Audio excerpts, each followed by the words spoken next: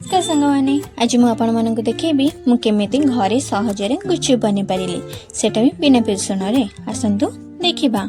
ये प्रथम गोटे कप सुजी आधा कप अटा और टिके स्वाद अनुसार लुण अल्प किसी तेल दे भल भाव मिसईदेली से पानी देकी भल भाव चकटी देली।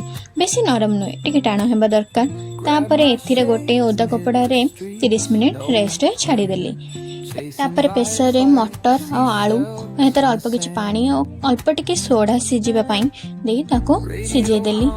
गुपचुप बेले की छाणीदेली और किसी सुखिला लंका धनिया जीरा को भाजी देती। तापर मु खटा पानी अल्प किसी पुदीना आंब अदा धनिया पत्र और लंका को बाटीदेली।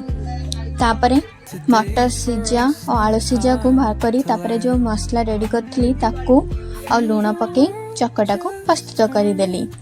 चकटा प्रस्तुत हो सारा पर मु खटा पानी से जो बटा बाटी थी सेटा पकेली। तापर अल्प किसी तेंतुली बतरई से पानी एवं स्वाद अनुसार किसी लुण और किसी लेंबू काटिकी पकई मु खटा पानी प्रस्तुत करदेली।